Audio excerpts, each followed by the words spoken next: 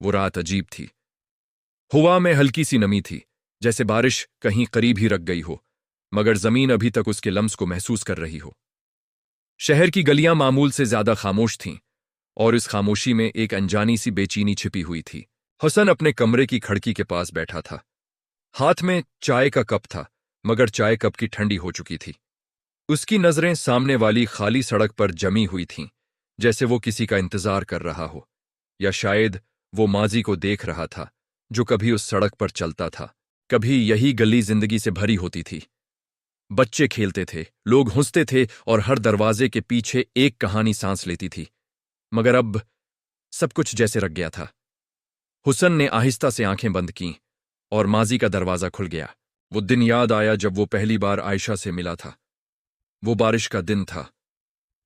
University के लान में सब लोग छिपने की जगह ढूंढ रहे थे, और वो एक दरख्त के नीचे खड़ा था, बारिश से बचने की नाकाम कोशिश करते हुए।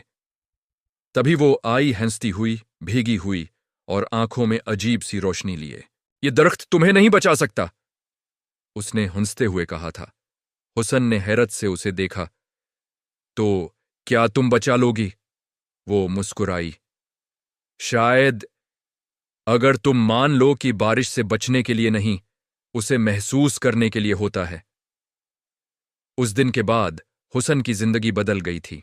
वो दोनों अक्सर एक साथ बैठते, बातें करते, ख्वाब बुनते। आयशा को ख्वाब देखने का हुनर आता था, और हुस्न को इन ख्वाबों पर यकीन करने का। मगर जिंदगी हमेशा ख्वाबों जैसी नहीं होती। एक दिन आयशा अचानक चली गई। कोई अलविदा नहीं, कोई वजाहत नहीं, बस एक खत जो आज तक हुस्न के दिल पर बोझ बना हुआ था। हुसन ने आंखें खोलें और मेज की दुराज से वही पुराना खत निकाला। कागज अब जर्द हो चुका था, मगर उस पर लिखे अल्फाज आज भी ताजा थे।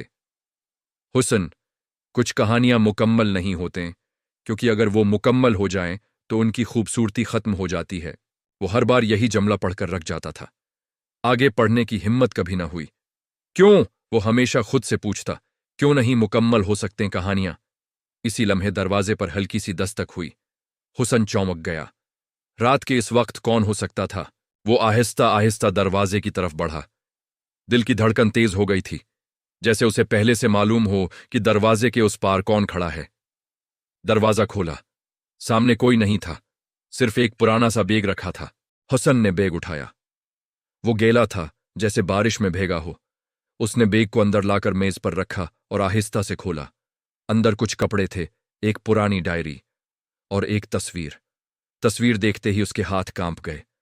वो तस्वीर आयशा की थी, मगर ये वो आयशा नहीं थी जिसे वो जानता था। उसकी आंखों में वो रोशनी नहीं थी। वो उदास थी, बहुत ज्यादा। हुसन ने जल्दी से डायरी खोली। पहला सफ़ा। अगर तुम ये पढ़ रहे हो तो उसका मतलब है कि मैं वापस आ चुकी हूं, मगर शायद बहुत देर हो चुकी है। हुसन के दिल की धड़कन रक सी गई। वापस? उसने तेजी से अगला सफ़ा पलटा। मैंने तुम्हें छोड़ा नहीं था हुसन, मुझे ले जाया गया था। कमरे की हवा अचानक भारी हो गई।